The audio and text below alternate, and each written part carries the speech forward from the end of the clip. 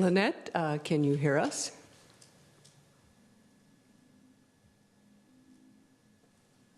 She's thinking.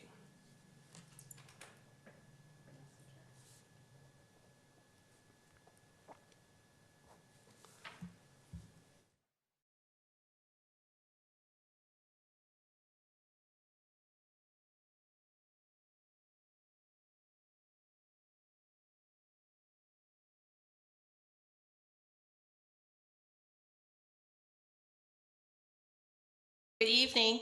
Good evening. All right.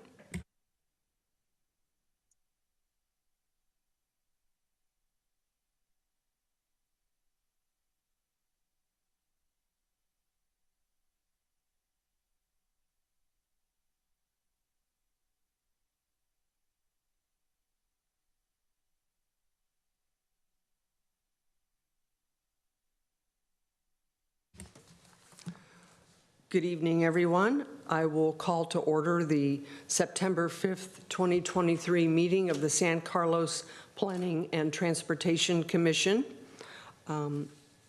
We'll begin by asking if there are any Assembly Bill 2449 teleconference requests. We do not have any this evening. Thank you. Moving on, we begin every meeting with the Pledge of Allegiance. Please join me in the Pledge of Allegiance.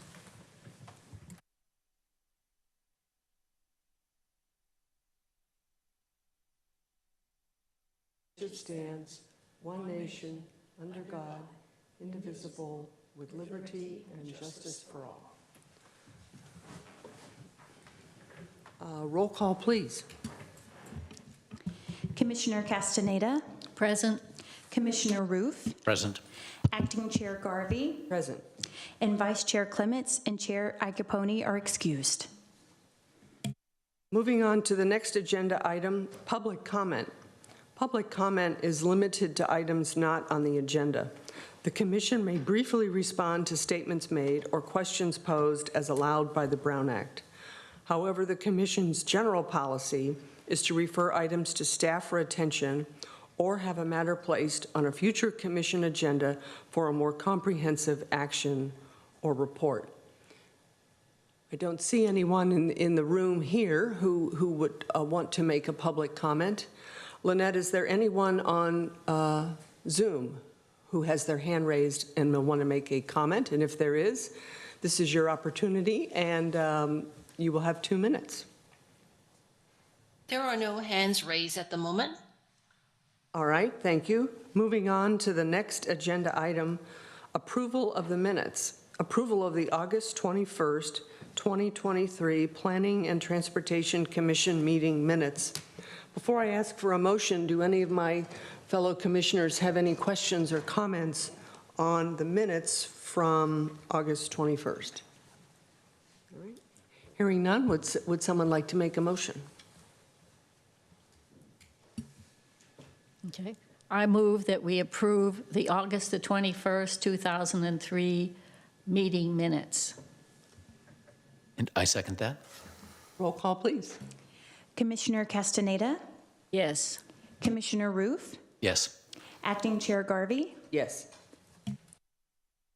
Right. Moving on to the next agenda item, our public hearing for this evening. Staff will present a report on the history, physical features, etc., on the application, followed with the staff's recommendations. The applicant will make a presentation. Thereafter, interested members of the community may speak on the proposal. When all interested parties have had an opportunity to be heard, the hearing will be closed and no further discussion from the floor can be held. The Commission will then consider the evidence and make its recommendation. If you challenge a public hearing item in court, you may be limited to raising only those issues you or someone else raised at the public hearing described in this notice, the public notice, or in written correspondence delivered to the city at or prior to the public hearing. Speakers should fill out speaker's form found by the door and hand it to the recording secretary prior to addressing the Commission. The speaker should come up to the microphone to speak since the meeting is being recorded. This will assist staff in preparing the minutes.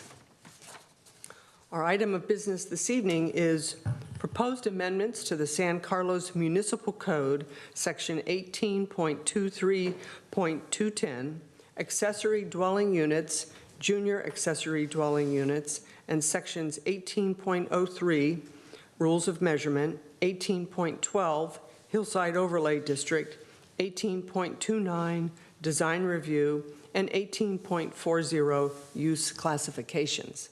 Does staff have a presentation for us this evening? We do, thank you. Good evening, Commissioners. Andrea Martisich, Assistant Community Development Director.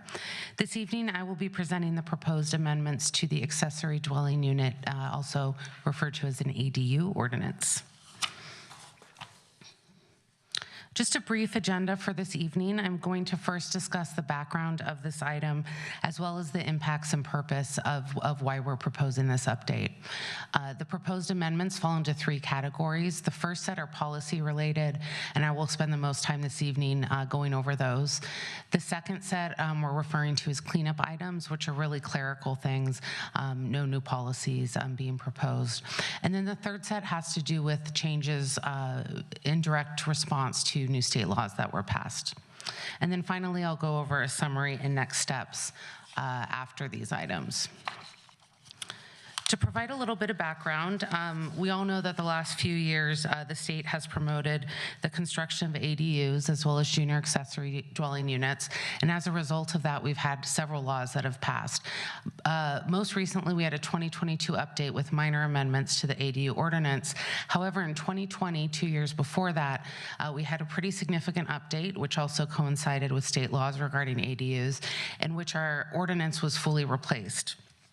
We're now coming back with more proposed changes in response to new laws that took effect January of this year. And I did want to remind the commissioners that there was a Planning and Transportation Commission study session on May 15th, 2023. All of these items were discussed there, and I will be going over those again for the benefit of the public, and I will point out anything that has changed from what you've seen that evening a few months ago.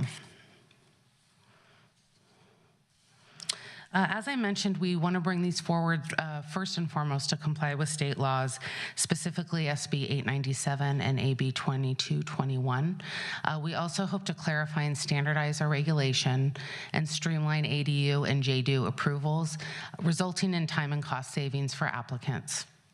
And then finally, we want to bring this forward with changes to implement some measures that are in our recently adopted housing element. So as I mentioned this evening, I'll be going over three sets of amendments. Again, the first set are the policy amendments, the second set are the cleanup amendments, and then the third set are the ones to specifically address state laws. I also wanted to point out something in the attachment with the proposed ordinance. You'll notice that items proposed to be removed are written in red with a strike through, and items to be added are in blue with an underline. There are a few places in the ordinance where it's written in blue but missing the underline. That should be underlined. So basically anything in the blue text is to be added, and I just wanted to clarify that, and that will be cleaned up for when this goes to council as well. So in terms of the first group of amendments, the policy-related amendments, we're going to be talking about a couple different categories. First of which is detached garages with ADUs, then junior accessory dwelling unit or JDU configurations, ADU height above a second story, maximum floor area limits, and then the ADU refrigerator requirements, size requirements, I should say. The first topic, dealing with detached garages and ADUs, there's three specific recommendations with this. The first one, and you'll notice that the numbering system will correspond with your staff report. So 1A, topic 1A is also referred to topic 1A in the staff report, is to allow ADUs to be located both above and below detached garages.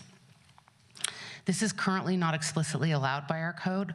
Our code only allows ADUs above garages, and we've had several inquiries come in where where people have wanted to propose an ADU beneath a garage, specifically on hillside lots. And this is something that just was not considered when the first round of the ADU laws went through. And we think it's pretty reasonable. It's, you know, they're not going to be very visible from the road, if at all. And it seems like a good use of area to do that. So we want to explicitly allow both above and below. The next recommendation, 1B, is to allow ADUs to be located outside of the garage footprint. This would apply to both ADUs under the garage as well as over the garage. Currently, our code allows only the footprint of stairs to be outside the footprint of the garage. So this would really rely on setbacks, height, and other objective standards to regulate how the ADU would look, rather than limiting the footprint to just above the garage. And then the last regulation, 1C, basically would only allow balconies, and probably better to refer to them as landings, allow any open landings facing the side and rear property line when it's needed for ingress and egress. And those would also be limited to the minimum ingress and egress size in order to get in and out of the unit. So for example, you would not be able to have a 10 by 10 balcony. It would be whatever the minimum building code requirement is. The next topic has to do with JDUs, junior accessory dwelling units. And there's two specific proposals with this one. First is to allow existing unenclosed crawl space to be considered for JDU conversions. And again, this is something that staff believes is pretty reasonable, especially because the space is pretty much already created there, and it would be a good utilization of that space. The next requirement is to remove a restriction regarding JDUs and additions. Right now, our code explicitly prohibits JDUs as part of an addition. They're allowed as part of a new house or as a conversion of existing space. However, if I as a homeowner wanted to do an addition and make part of that addition a JDU, that would not be allowed under our current code. So you'll recall that JDUs, the floor area does count towards the maximum floor area. It's not like ADUs. So if someone were to propose an addition for a JDU, the floor area would also count towards their maximum floor area. And so we think it's reasonable to allow a JDU in all configurations.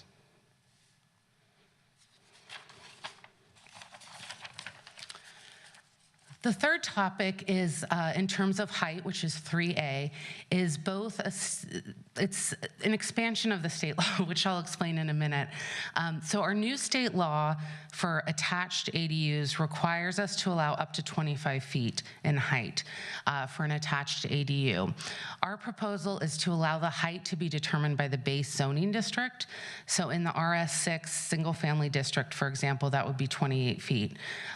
So always 25 minimum would be allowed, but we think, especially if it's going to be attached to the main house, it should be integrated with that and have the same maximum height as a house would have.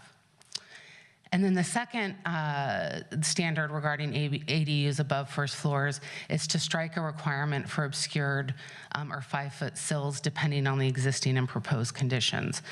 So as we've talked about over the last few months with a lot of proposals, we're now moving towards objective design standards. And our current code allows the director to require either obscure window or 5-foot height sills, depending on the existing circumstances of each application and each environment, which of course is not objective. And so we are proposing to strike that.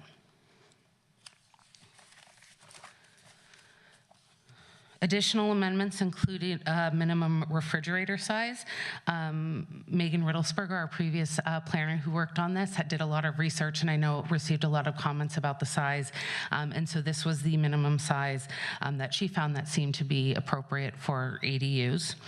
And then the maximum size of ADUs is slightly different than what you saw before, and so I do want to call attention to this. When this came to the Planning and Transportation Commission in May, I don't believe that the maximum size was addressed. Under our current code, we allow an 850 square foot single bedroom ADU and 1,000 square foot 2-bedroom ADU as a max size. At the study session, there was interest expressed in getting rid of those maximum limits and allowing the maximum floor area, or MFA, to govern what the size of the ADU would be. What staff is bringing before you this evening is allowing that MFA to be used. However, placing a limitation that the ADU, whether it's attached or detached, cannot exceed the 50% the size of the main residence. And the reason for that is, and I should go back and say, unless it's a statewide exemption ADU. So you always do get 800 square feet, regardless of any other requirements. But in this case, the idea was that in order to truly be an accessory use, it shouldn't overshadow the main house itself. And so by limiting it to 50% of the size, you're not going to end up with a 1,200 square foot house and a 2,000 square foot ADU, for example. So that is a recommendation staff is making. However, it is up to the commission on that or any other requirements they would like to see changed or added to this. The second set of amendments are what we're calling the cleanup amendments. These are, again, just to provide clerical consistency and clarification to both the ADU ordinance as well as the other zoning chapters and sections that you mentioned at the beginning of this item. And then finally, the third set are the amendments to comply with state laws.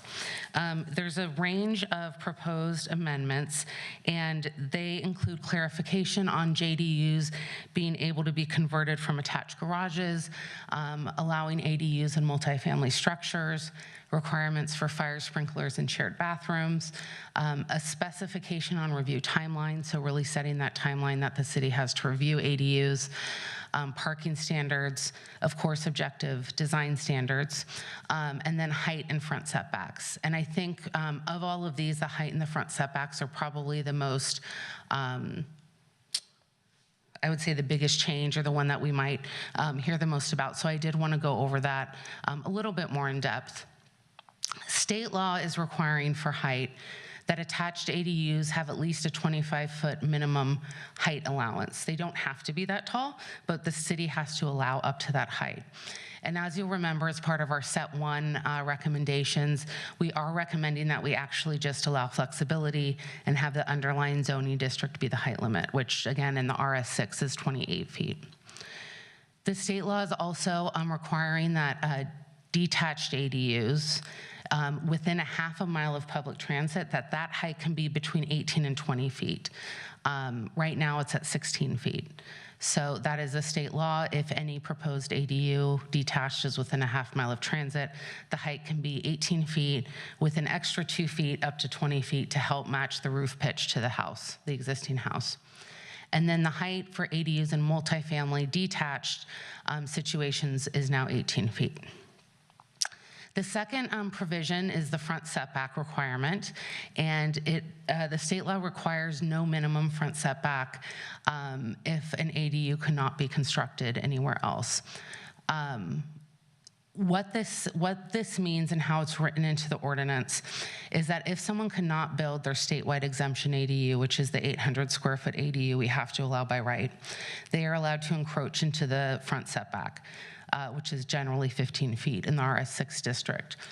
They would have to demonstrate how they can't meet other requirements. And the way that the law is written, it does say that there's no minimum front setback, but if someone could not build an 800 square foot ADU, they wouldn't automatically be able to build at the zero lot line. They would be able to encroach the amount they needed to get their 800 square foot ADU. And so it could be up to the zero lot line if there's no room anywhere else on the lot.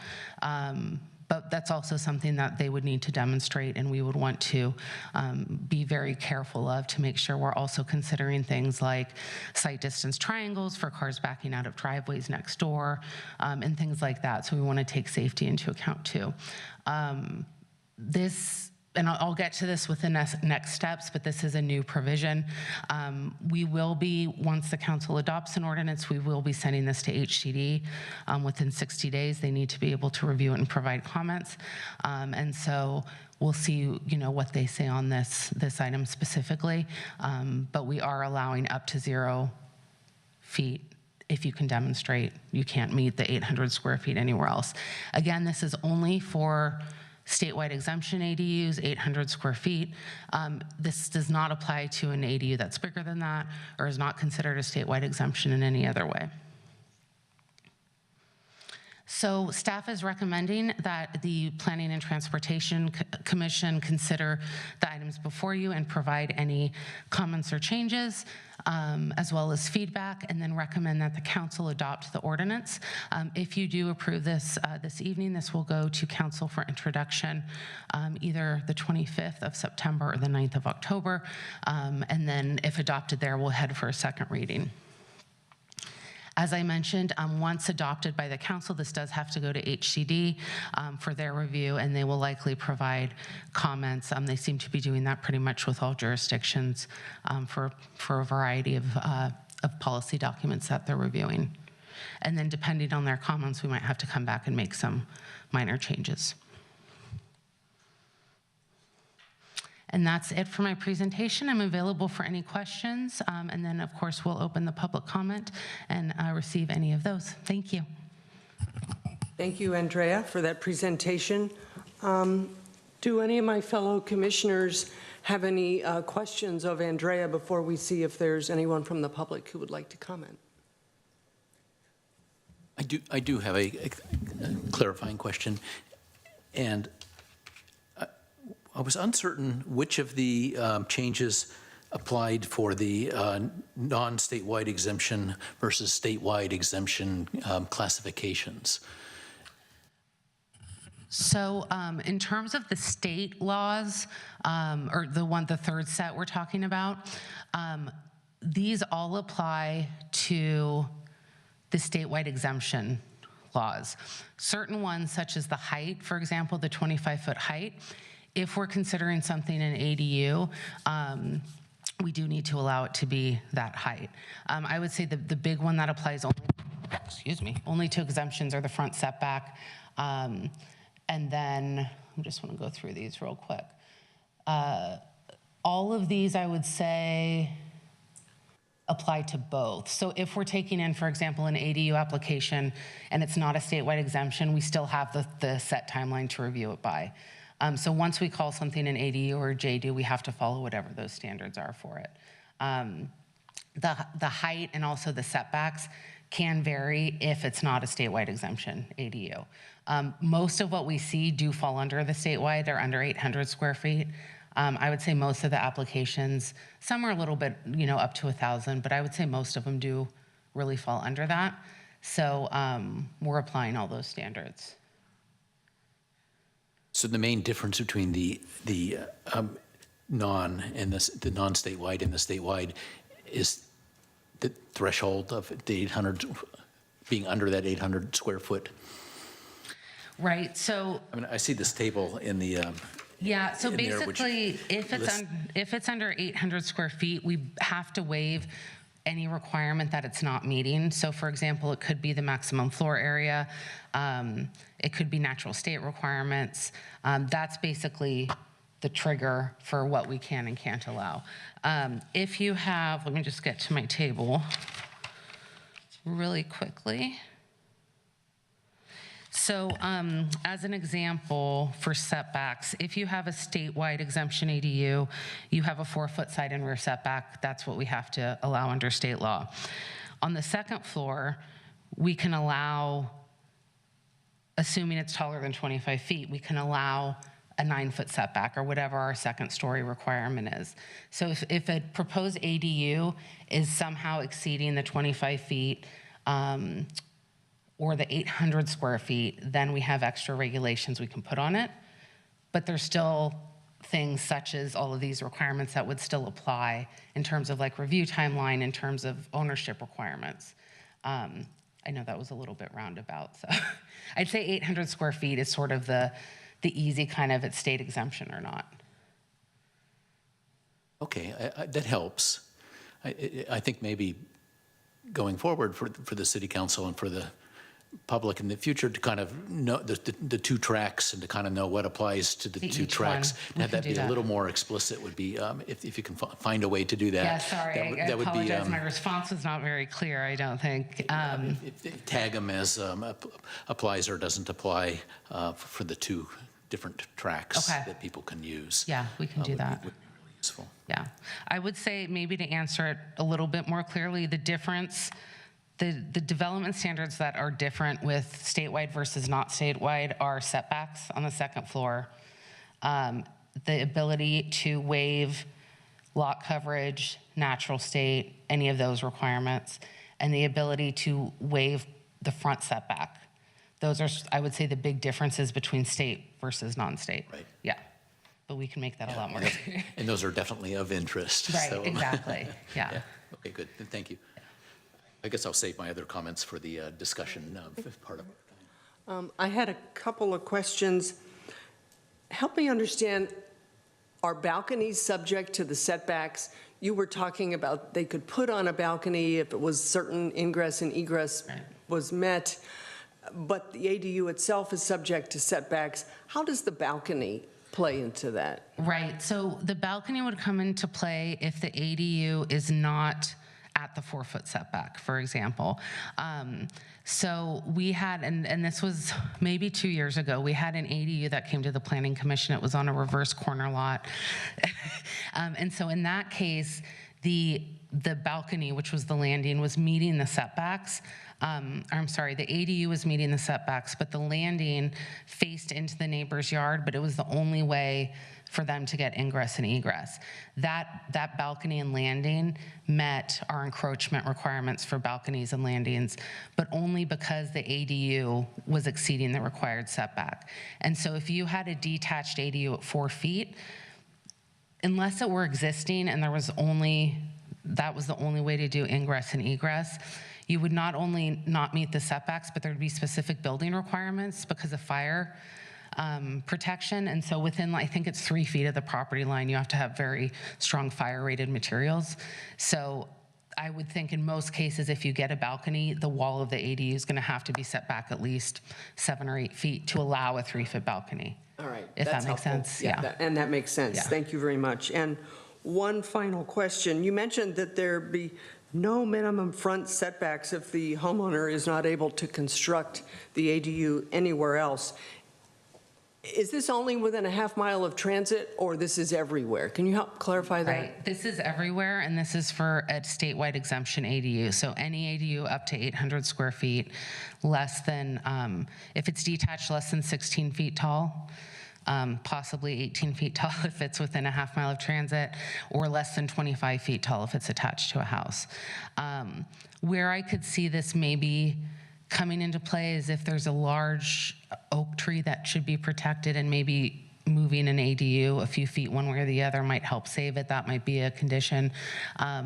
When we've had instances like this, not having to do with the front setback, but an ADU not being able to meet some other standard, in most cases, we've been able to figure out a way to be pretty close to meeting the required standards and just having to allow something pretty minor. So I would be surprised where we'd have something where an ADU is at the front lot line. We work really hard with the applicants to figure out, why can't it be here? Why can't you design it in a little bit different shape? And sometimes there's absolutely valid reasons why it doesn't make sense, such as topography or drainage or tree location. But it's something that we definitely work together to make sure it's the best location and best for the owners, but also for neighbors as much as we can too.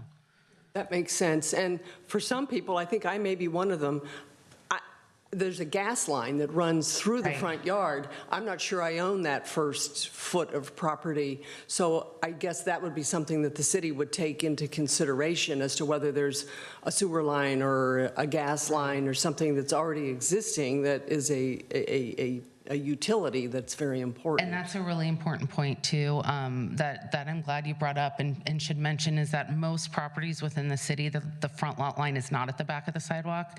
It's a few feet into the property, what looks like the front yard. And you're not allowed to build over easements. And so, Yeah, so that is correct. All right, Yeah. well, that makes sense to me, that those would be taken into consideration.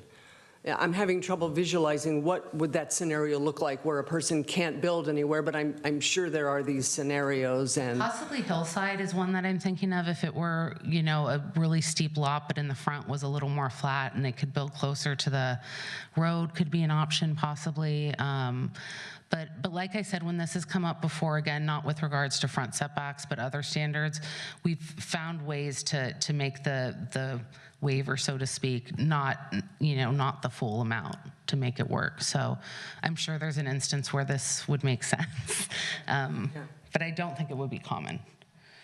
but I do support allowing it. Right. It's just, it's a niche application, but I appreciate the city has thought of that. Yeah, and we also have things, like I mentioned, the site distance triangles from driveways. So we'd want to make sure, for example, if someone were doing that they're not blocking their neighbor's view when they're backing up on, you know, over a sidewalk, that their neighbor is able to see both directions. So there's certain objective design standards with regard to safety that would still apply. Again, this is a new requirement, so I'm anticipating that possibly in the next year, HGD might clarify certain aspects of this and might provide comments on ours. But our understanding is that we can still apply those objective design standards, especially the ones with regard to safety that are in our code. Thank you. Sure. Any additional okay, yes. Yeah, just to clarify on that, if you have a statewide exemption ADU, so it's under the 800 square feet, can you clarify the process on how it's still then, I mean, it's allowed by right, but how does it get into your review to begin with? Is it because it's outside of those standards, and then you would be able to apply health and safety standards? I think it would help if people understood that. Absolutely. So every ADU, regardless of size, we look at, and we use objective standards, so we don't use our own personal opinions. We use these objective standards, the height, the setbacks, numerical values. Those are either reviewed directly as part of a building permit, they submit directly to building, or if it's a new house, they come through planning. But in either case, we apply the same review of, you know, what is the size? Are you an ADU exempt under state law, or are you, you know, larger than that, and these other provisions apply? I think it's important to note that even if it is exempt under state law, it still has to meet all the minimum requirements, so we're still checking all of that. Being exempt under the state law doesn't exempt them from review. It doesn't exempt them, you know, from the building department making sure that it's built correctly and safely and the soils are okay. And so regardless, we would look at it the same way. If we saw, I would say sort of from a practical standpoint, when we review ADUs for the setbacks and all of that, we're looking, are you meeting it? And if they're not meeting one of them, then we might say, oh, wait, is this an exemption? Let's look at this a little bit, you know, in a different way. But I would say most of our ADUs probably would classify as exemptions because they're less than 800 square feet, but they're not taking advantage of no front setback or anything like that. So we're not having to work with them to say, why are you asking for this provision, if that answers your question. Thank you, Yeah. thank you. Any additional questions before we see if there's any public comment? All right, seeing none, let's move now to public comment. I don't see anyone in the room, so I know that no one has expressed an interest in the room for public comment. So Lynette, let's jump directly to you. Is there anyone on Zoom with their hand raised who would like to comment on this item? And if so, please raise your hand, and you will have 2 minutes. There are no hands raised at the moment. So we close the public hearing. Then I will move that we close the public hearing. Is there a second? A second. All right, we have a motion and a second to close the public hearing. Roll call, please. Commissioner Castaneda, Yes. Commissioner Roof, Yes. Acting Chair Garvey. Yes. All right, we've heard from staff, and we've been able to, in the packet, get a very nice recap of what we did last time at our study session. And now is the time for discussion on the issue. Who would like to start? I can jump in with one. I had one additional question that I meant to ask. How does this submittal to the state relate to our housing element that we just submitted to them? And do they hold our housing element in abeyance or whatever until they get this? Can you help me understand that better? Sure. So as you mentioned, we did recently submit the housing element. That was one of my items for the update. And so one of the action items in the housing element is to update this ADU ordinance. And so by doing this, we're also meeting one of our programs or requirements we said we would do. The update we provided to HCD will also say that we're in the progress of doing this, so I don't think it would hold up anything with the housing element itself on this alone. They would see that we're doing it, but I think then the extra layer of certainty for them, if you will, is the ability to review this ordinance and then provide us a letter saying, you know, we agree with it, or we don't agree with this, or we review it a different way than you do. So they still get you know, a bite at the apple, so to speak, of the ADU ordinance, separate from the housing element. Thank you, that's very helpful. Yes, Commissioner Root. I have a few questions. I can start with one, which is, I understand that JDUs do not count towards the, don't give you an increase in the allowable floor area compared to if you were not having one, but they do give you advantages in regards to the setback and the like. And so I'm wondering what mechanism there is to guard against somebody building a JDU to obtain that advantage, and then just after the final permit is signed off to remove the elements that give the independent living capability, which is what our goal is here. So 2 points. First, I would say is under our current code, because JDUs can only be either added as part of a conversion or new residence, the square footage either has already counted as part of the house or garage or will count as part of the new house. So JDUs, regardless, their square footage will count whether it's conversion or new. ADUs get that 800 square foot exemption regardless. But to your second point, we do a deed restriction with JDUs that one, either that unit or the main house is owner occupied. I think your comment about how do we ensure these are kept as living units is a really valid one. We do have, the state has also asked cities, not just ours, you know, how are we monitoring these ADUs and JDUs and their affordability and all of that. I don't think under the currently, there's, once a project is finalized, unless something is reported like as part of a code compliance thing, would we know about it. However, one thing that all the cities we have a group called 21 Elements, which is all the cities in the county. One thing we're talking about is how can we help monitor ADUs and JDUs, track them, and really come up with a program that'll help answer that question and know what's actually happening, because we do count them in our numbers, and we do ultimately want them to be used for living. So I think right now we probably don't have a really strong way to do that, but it's definitely being considered countywide and viewed as something that needs to be figured out. Okay, that helps. Thank you. I have more, but we can just take turns if. Oh, okay. I have a question on the recommendation for striking the requirement for the second-story ADU windows to be obscured. If this is being done for several reasons, I think I can understand it. I certainly understand that depending on existing and proposed conditions needs to be stricken, but could you just strike that language and leave it as a requirement to be obscured or have 5-foot sills? Or would that be somehow singling out ADUs and treating them differently? That's a great question. I think if you removed what you just spoke about, the depending on existing and proposed conditions to the satisfaction of the director, that's the subjective language. So were that to be removed, I think it does leave the objective language there. It would just be whether you would want to require that for second floor ADU windows.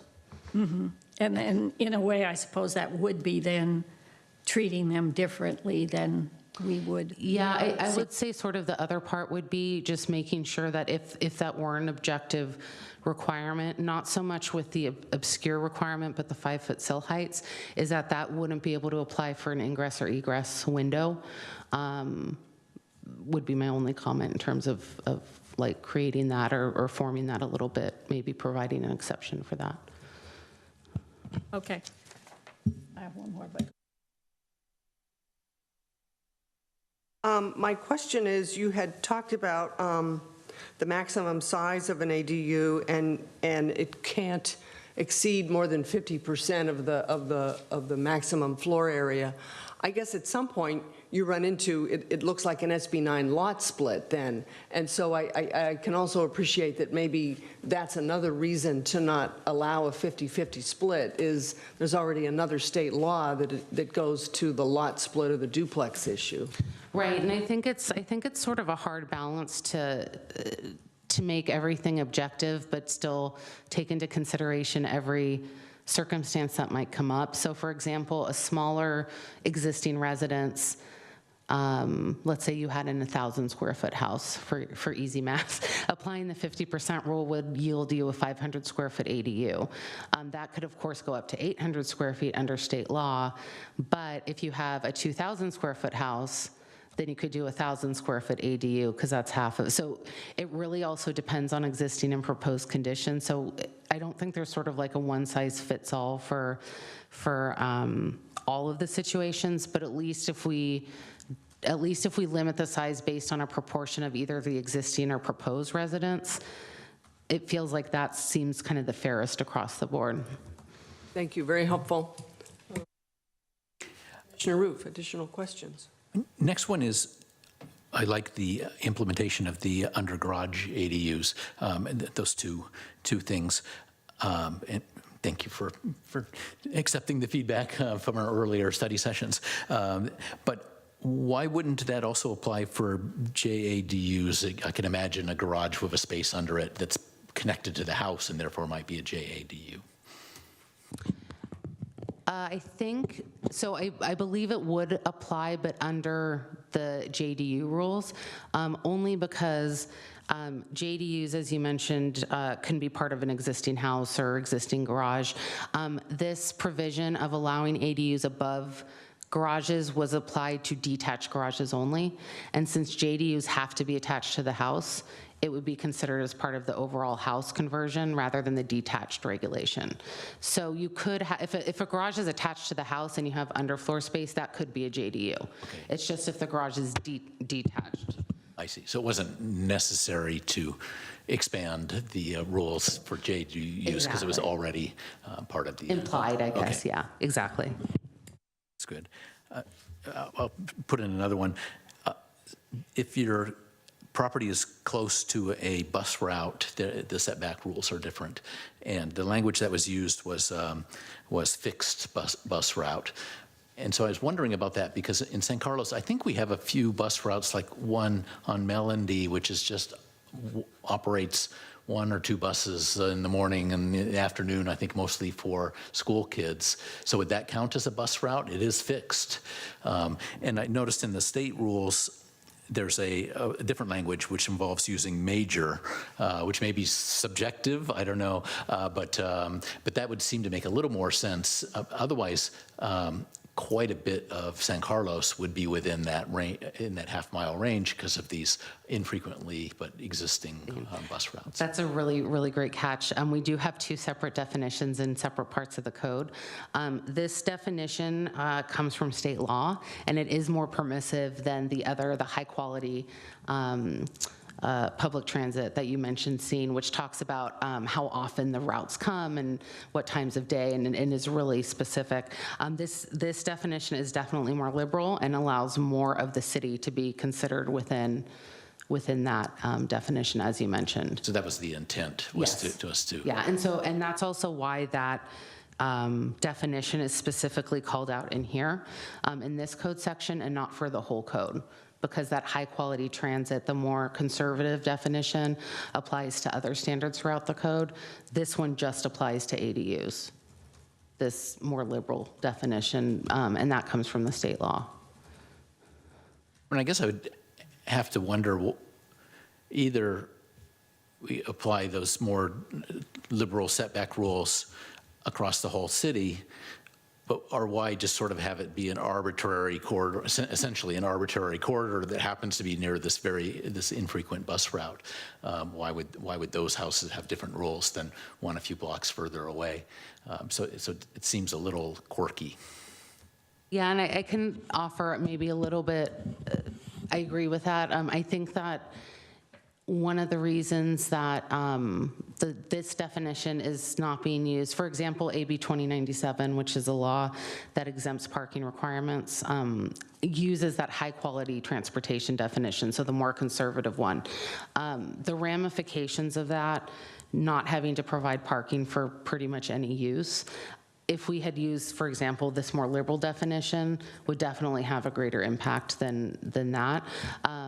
So I think maybe just to explain why the liberal version isn't being applied to the whole code, although I can't really explain why the conservative version isn't being applied to ADUs, other than the state law specifically says public transit is this, if that makes sense, has the more liberal definition. It's not consistent with other areas of state law, the definition for public transit.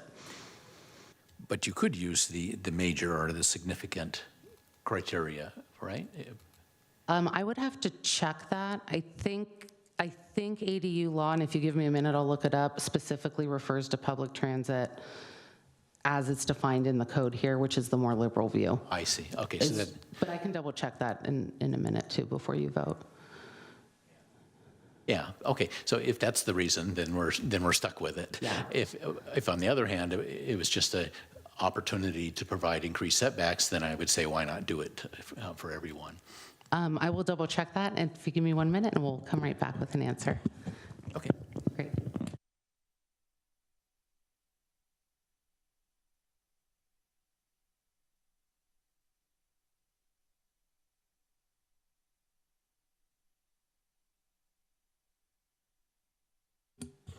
And I'm going to ask our senior management analyst, Judy Hawk, if you could look that up.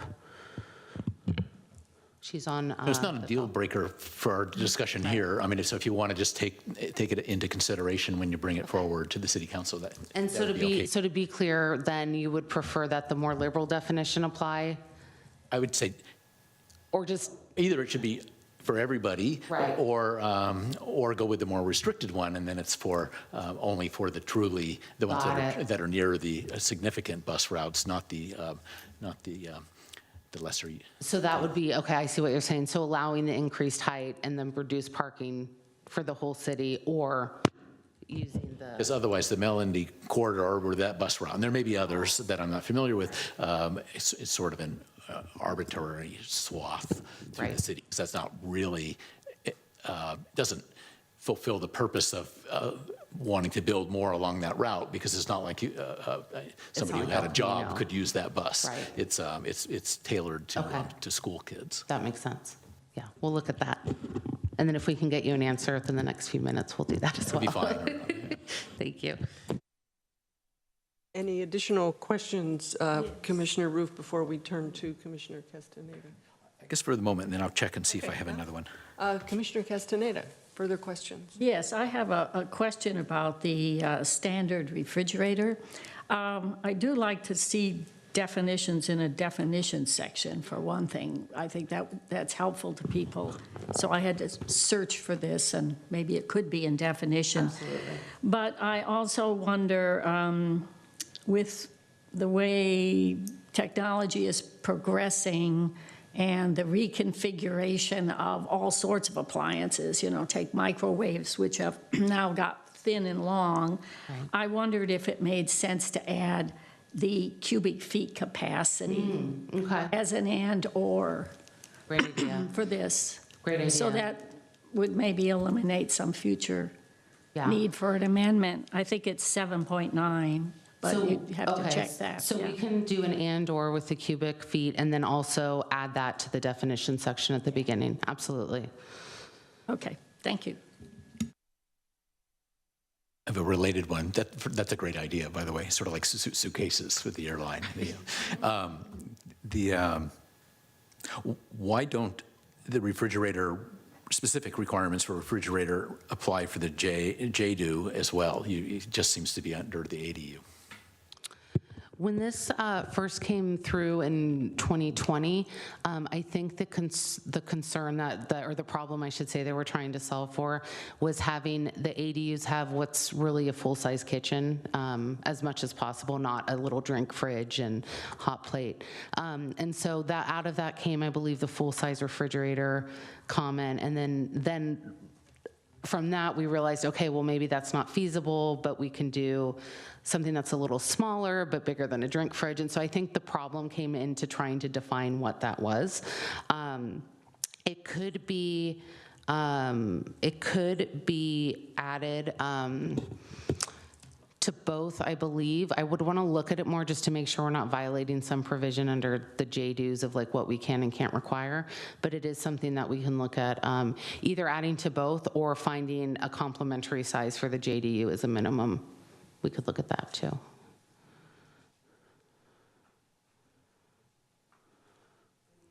I do have one question, which it wasn't one of the proposed changes, but you alluded to it, which was the owner-occupied requirement.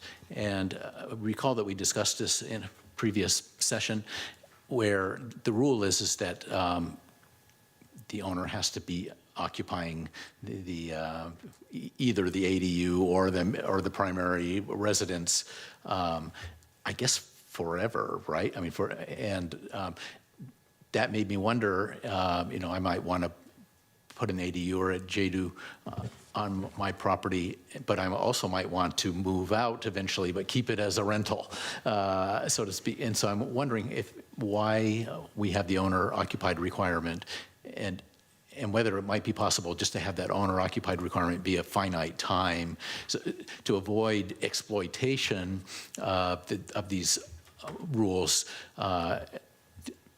Builder might do to be able to take advantage of it without having it be owner-occupied initially.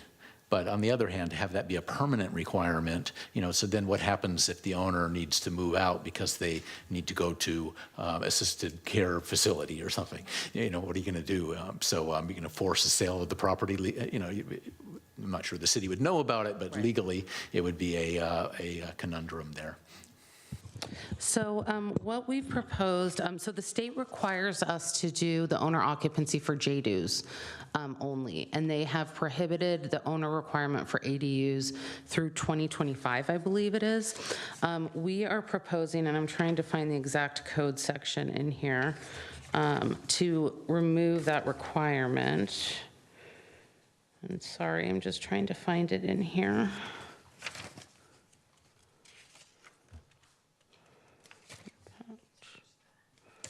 Yeah, would you mind searching just to double check that I'm remembering that correctly?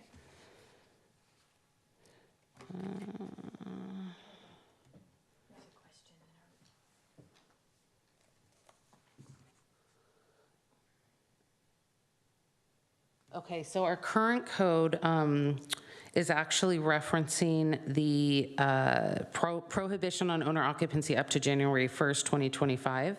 At the study session, the commission asked about the possibility of removing the owner occupancy requirement completely for ADUs, and that is a possibility if you'd like to do that. For JDUs, we do need to keep it in there because that is required by state law.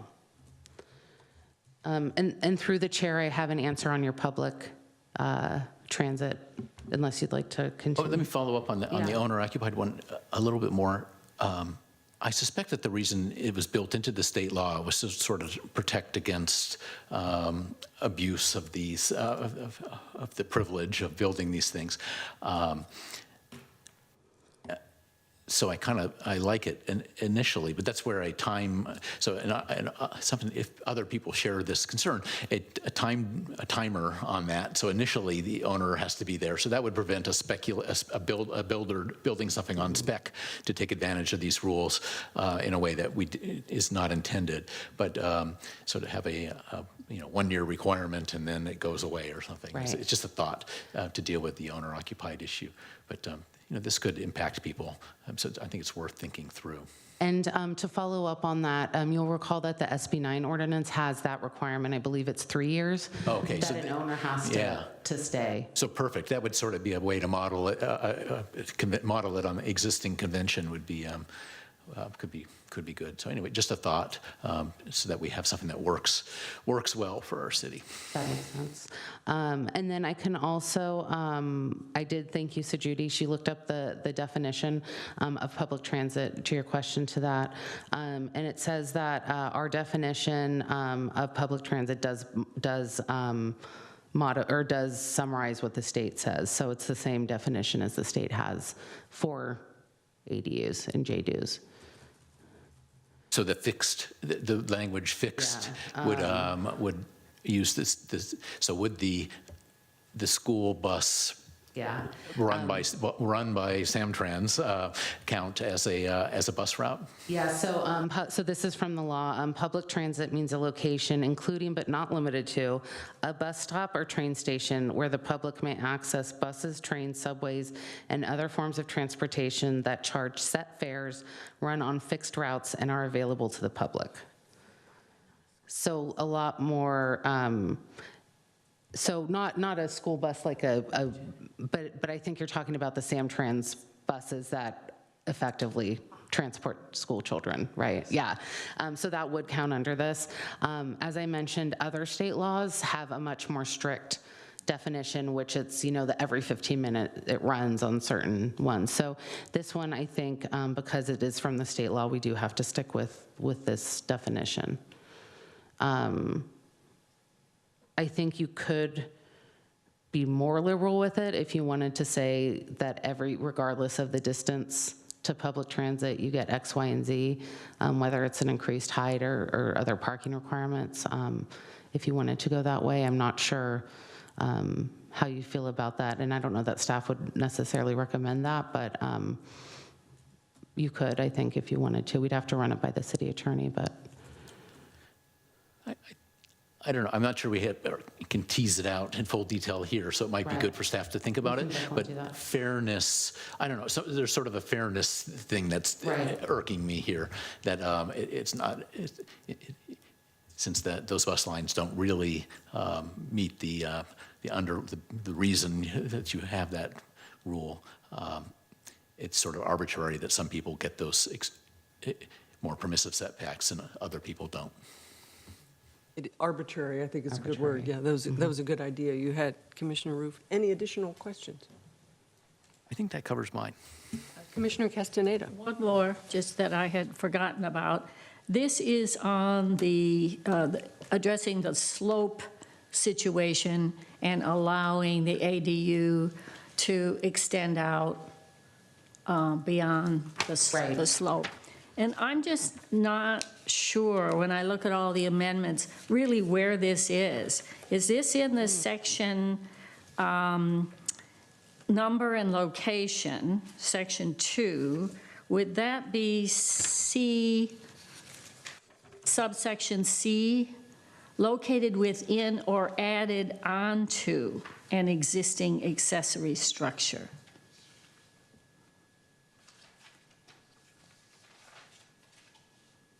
I mean, we're saying we're allowing that, but I can't really find the section that.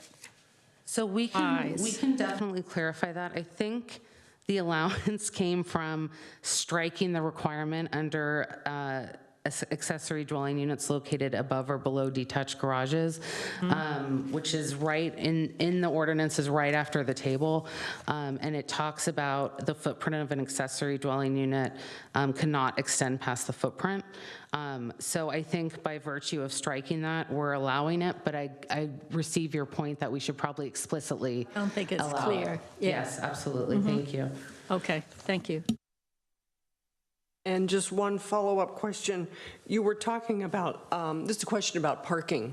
You were talking, I believe, that the law exempts parking requirements for ADUs. Is there any allowance in state law that allows cities to carve out exceptions to that? Or is that pretty firm? Let me get to the parking section because there's quite a few, as you mentioned, exceptions where we cannot require it. This includes the public transit definition that we just spoke about, within a half mile of that. If a garage is being converted to an ADU, we cannot require parking for that. Where there's on-street parking permits, and the other big one is, where is it? If it's contained within an existing dwelling, we cannot require parking for the ADU. If for some reason ADU is being converted from a garage, so the house is losing their existing covered parking. In some instances, we can require the parking to be replaced, but we have to allow it in any configuration, and it does not have to be covered. So in effect, what that means in real life is that it's 2 driveway parking spaces, which most, not all houses have room for. And so in effect, I would say we don't ever have new parking spaces necessarily that need to be created. All right, thank you, very helpful. As we wind down on the questions, staff, let me ask you, are there issues that you were hoping we would ask about or talk about this evening that we didn't? I think I speak for all of us when I say we want to make sure you have all of your questions and issues addressed before you go to the city council. Is there anything that you think we should talk about that we haven't gotten to so far? I'd like to start by thanking you for all your comments, especially from the study session. That really helped guide and form what we brought to you this evening. I think the 50% maximum floor area discussion was what we really wanted to come away with, whether you agreed with having some sort of limitation on that.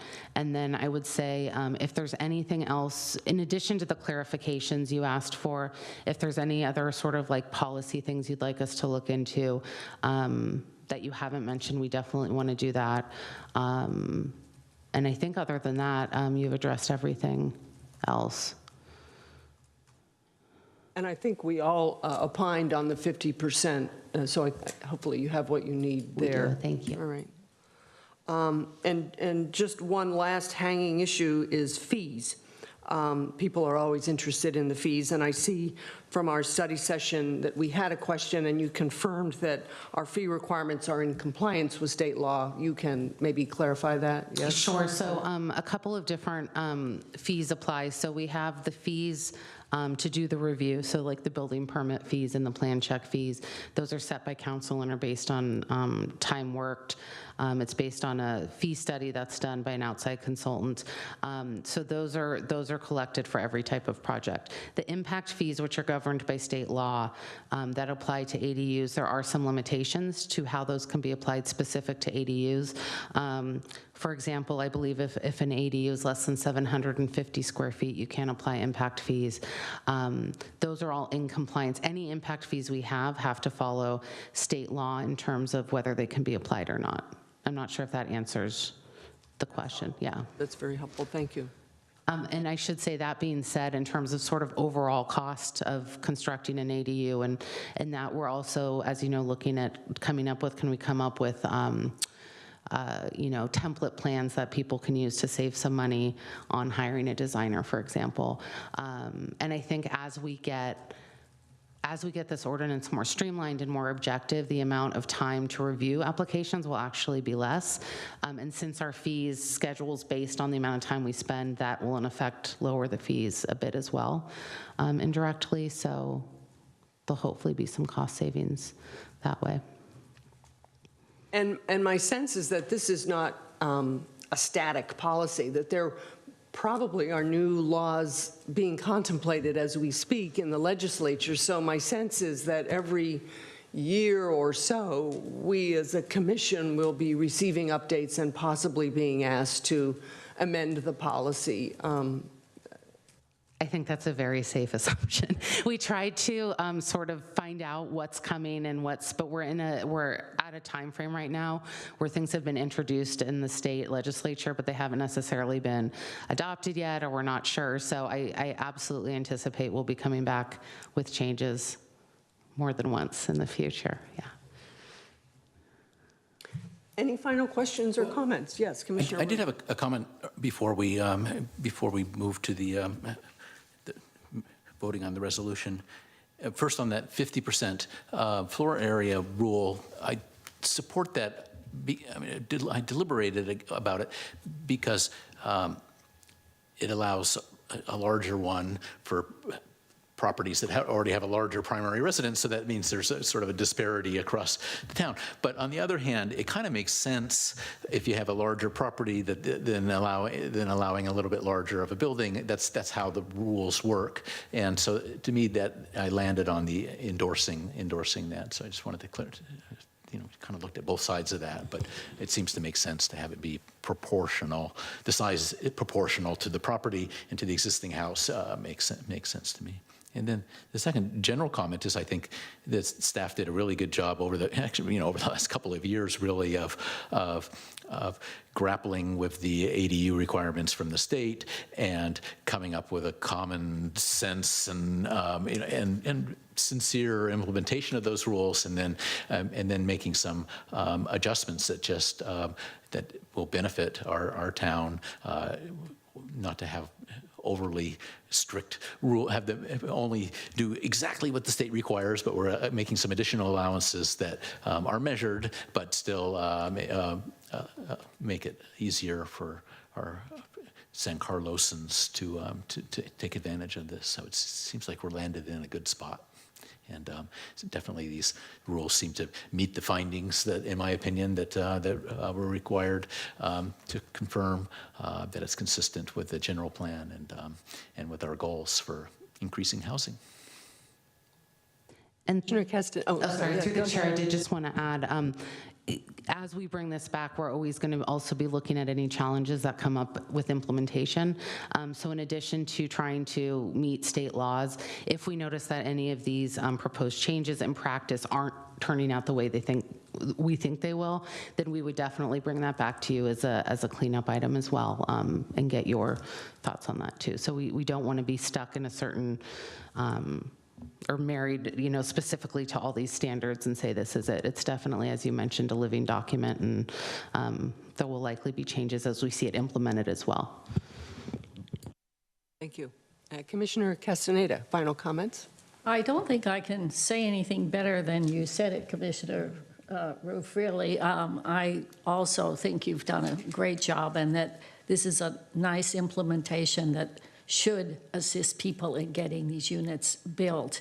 I did also want to say that I could support, as the commissioner had suggested, a time limit also on the ownership. I think that would be an excellent idea. And with these other few changes, I'm prepared to go ahead and support this motion. Thank you. Thank you. I, too, echo what my colleagues have said in closing comments. One of the things, the common thread I've heard from neighbors who have built an ADU is they really wanted a standardized process because for them, time was important. It was important that they move forward fairly quickly once they wanted to build this ADU. And I think this process will go a long way towards enabling that. I'm seeing more ADUs on my street and in the couple of blocks around me, so I have a feeling others are as well, and in the future there'll be even more. So I really appreciate the clarification and the standardization of the process. And on top of that, I appreciate the flexibility that is now built into the process so that it's not one cookie cutter approach, that we've tried to accommodate lot sizes, lot slopes, the desire of the homeowner, and I think that's all in there. So I too am very supportive of this. Any final comments before I ask for a motion? All right, who would like to make? Well, I can make the motion. So I move that the Planning and Transportation Commission adopt a resolution recommending the City Council adopt amendments to Title 18 of the San Carlos Municipal Code to update the accessory dwelling unit, ADU, and junior accessory dwelling unit, JDU, ordinance. I second the motion. All right, we have a motion and a second. Roll call, please. Commissioner Castaneda, Yes. Commissioner Roof, Yes. Acting Chair Garvey. Yes. Thank you. Thank you to staff for so much work that has gone into this. You made it very easy for the commission to understand and to participate in the discussion over, like you said, about a year. I mean, it's been a long time. Thank you. All right, moving on. Reports, correspondence, and general information. Report on recent city council actions. At the last city council meeting on August 28th, several items were discussed, but two I'd like to point out. One is that the council approved an agreement with WRT, which is going to be the new consultant for the downtown specific plan. So we are moving forward again with that. And so that's very exciting news. The other item I wanted to let you know is that 841 Old County, which you'll recall you heard just recently, the Sobrato project, did go before council. They actually continued the item and asked the developer to come back with some more clarifying items on community benefits.